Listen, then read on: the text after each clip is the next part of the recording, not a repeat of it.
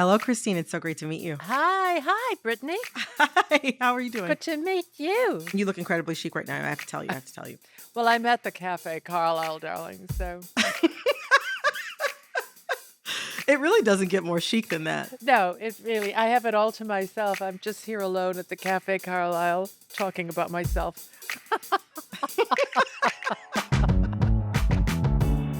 What a dream life. You're listening to It's Been a Minute from NPR. I'm Brittany Luse, and I'm here with one of the chicest women alive. My words, Christine Baranski. You may know her for her leading roles in The Good Wife, The Good Fight, The Gilded Age, or Mamma Mia, The Birdcage, Cruel Intentions, and okay, I'll stop. You get it. But her peers in Hollywood know her for other reasons. Meryl Streep has described your posture as being like that of a queen's. Cher called you a high-kicking bitch. Her words, not mine. And observing how people talk about you online, there's one word that has consistently popped up about you. Do you know what that word is? No, I don't follow social media precisely because I don't want to know what people are saying about me.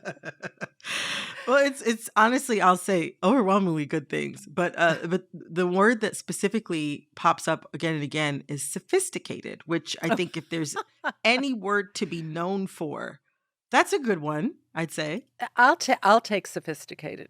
I will take it, particularly since you know, if you've read about me, you know I'm from a blue-collar neighborhood in Cheektowaga, New York.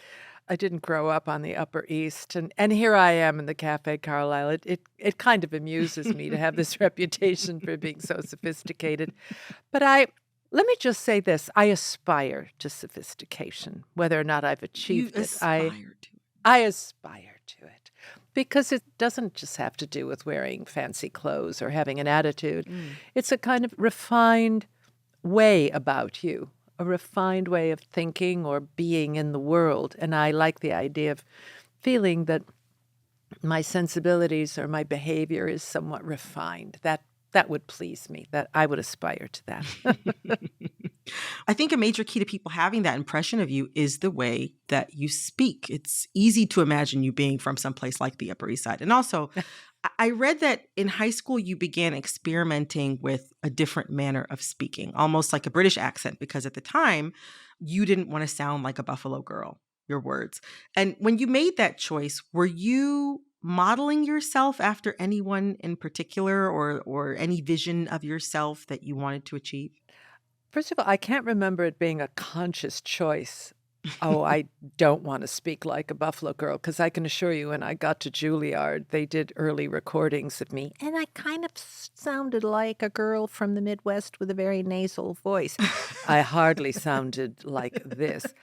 And when I say that, when I came to Juilliard, I had like really hard R's, like really Midwest, like, because Buffalo is the beginning of the prairie. Let's face it, it's the beginning of the Midwest. We learned the kind of classical speech for theater, let me put it that way. And so what you're hearing now is the result of many years of training and refining my way of speaking. Christine's sophistication is on full display in her career highlight role as Diane Lockhart in The Good Wife and its spinoff, The Good Fight. I want you to think of me as a mentor, Alicia. It's the closest thing we have to an old boys network in this town. Women helping women, okay? Okay. If you haven't seen the show, 1, you should. And 2, you should know that Diane Lockhart is sophisticated but tough. She had to be to rise to the top and become one of the few female named partners in Chicago. When I was starting out, I got one great piece of advice. Men can be lazy, women can't. And I think that goes double for you. Not only are you coming back to the workplace fairly late, but you have some very prominent baggage. In this scene, Diane points to a picture of Hillary Clinton on her desk. If she can do it, so can you. For me, the lines between Diane Lockhart and Christine Baranski have always been blurry. They're both trailblazers combating misogyny, Diane in a fictional legal workplace that mirrors the real world, and Christine in Hollywood, where only 3% of roles are given to women over 60. The Good Fight concludes its run on November 11th, and after 13 years, Christine Baranski is saying goodbye to a character who helped change representation for women on TV. Today, we're looking at the good fight both Christine and her character Diane have waged on behalf of women. After a quick break.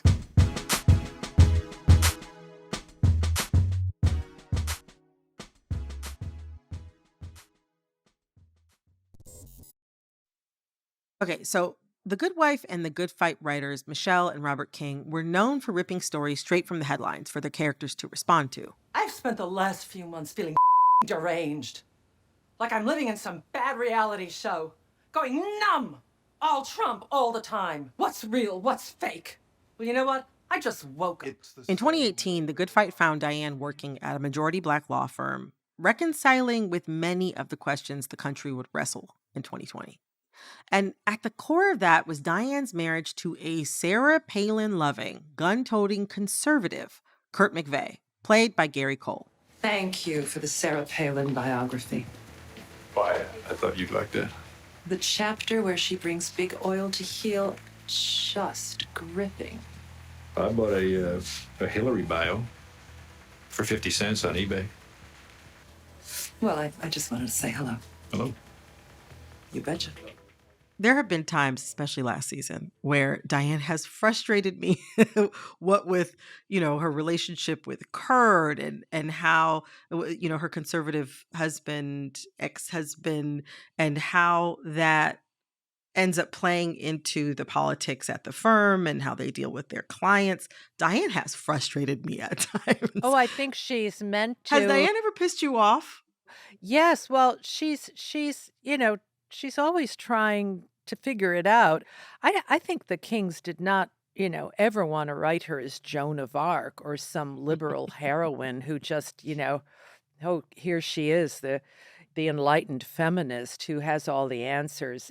That's not an interesting journey. And yeah, that's a troublesome marriage. By the final season, I did say to the Kings, hey, they just got back from a vacation in Italy. What did these two people talk about? Because at this point, he's still working for the NRA and school children are being shot up. And Right. he had some complicity in January 6th, and I got him out of trouble. And so we decided to take that marriage down a very bumpy road in the final season where she does actually break off the marriage and say, I've reached a point where I can't continue. I don't know who you are if this is your belief system, how we can continue, in the way that people are in the country reaching a real impasse in relationships. I had dinner with a friend recently and I was like, really? Oh, okay. That's your politics? Ooh, okay. Diane, we're obviously talking about her relationships. We're talking about her being this top lawyer in Chicago. She's very driven. She's very driven and exacting in her professional life. But in her personal life, which we slightly touched on, she's sleek and sexy. What's your approach to portraying Diane's sexuality? I just think she's a sexual woman. I think it started during The Good Wife when Gary Cole wasn't supposed to be a recurring character. It was this ballistics expert comes in and we have Really? I don't think he was ever meant to be recurring. No, he came in and but there was this chemistry with Kurt, and then next thing you know, we're kind of flirting and then I'm really turned on by the fact that this guy's like, he's a real guy. And I think the writers wrote because they were seeing aspects of me come out that they thought, well, gosh, Christine comes alive when she's like working with Gary. Right? They often write according to where the actor takes them because it's, oh, this is a strong suit of the actor. And I always thought Diane, I think she has such a great relationship with her male colleagues, or she has healthy relationships with men, but she's really very womanly, very female. She's got, she's got a healthy sex life. I always loved that, she and Kurt obviously had something going, they That's a way of putting it. and she tried to keep him interested. Anyone who's tried to put on a latex bodysuit knows that's a lot of work to do that, to put on a latex catsuit. And Diane did that. Yes, she did it in about 3 minutes. She did it. Little did anyone know because of editing that took about 15 or 20 minutes with about 4 people Oh helping me my into it. gosh. That's the magic of television. It really is. But no, I love that playing a role of a woman well over 50. And by the time we did some of those scenes, I was in my 60s and still like, Wow. yeah, still a sexual being, still flirtatious. By the final season, you're seeing her flirt and get turned on by her doctor Oh yeah. who's administering. Y'all did a lot with there was just like a little hand touch. Oh, yeah. Oh my gosh, it was electric. You I just grabbed the know. Who doctor's says hand and that? caressed it. Oh. Yeah. Who says that can't happen? I mean, we broke a lot of stereotypes. And I think, yeah, there's a lot of women out there Mm. in the world who are, well over 50, who are, very interesting, very vital human beings. And we don't write enough about them. We don't know their stories. So I think in that regard, Diane was somewhat groundbreaking. All right, we are going to take a quick break, but when we return, more from my conversation with the ever sophisticated Christine Baranski.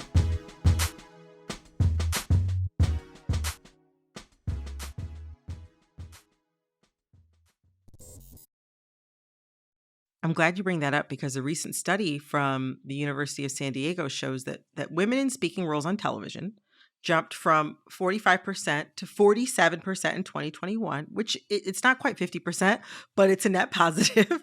But of those women, only 3% are women over the age of 60. Are you Which- kidding? No. Wow. I wish I was. I mean, that's Right. not just disappointing, but it also just seems out of sync with reality.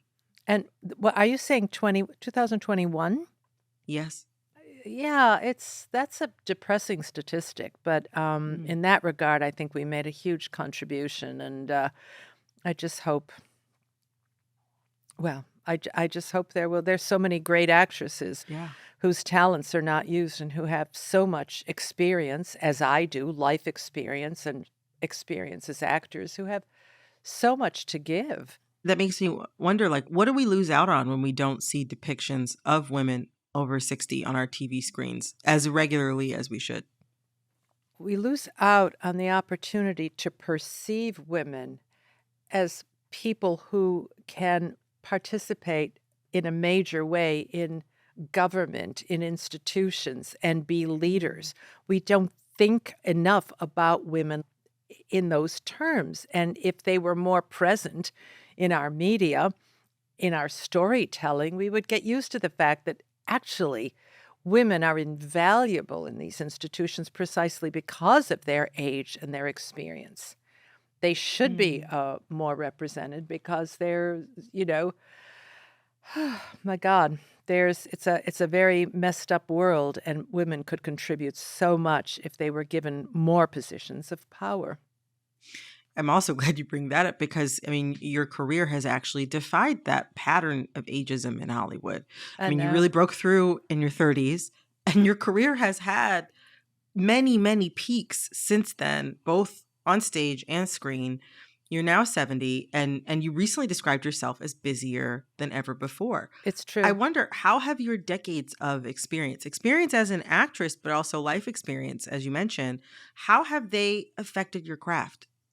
Oh, I mean, affected it in the deepest possible way. That's what I mean. If you can remain a healthy performer well into your 50s, 60s, and 70s, you have so much to offer, actors and actresses, because of your life experience. But certainly, as an actress, what I loved about the Diane character, and I will forever be grateful to Robert and Michelle, is they never made her age an issue.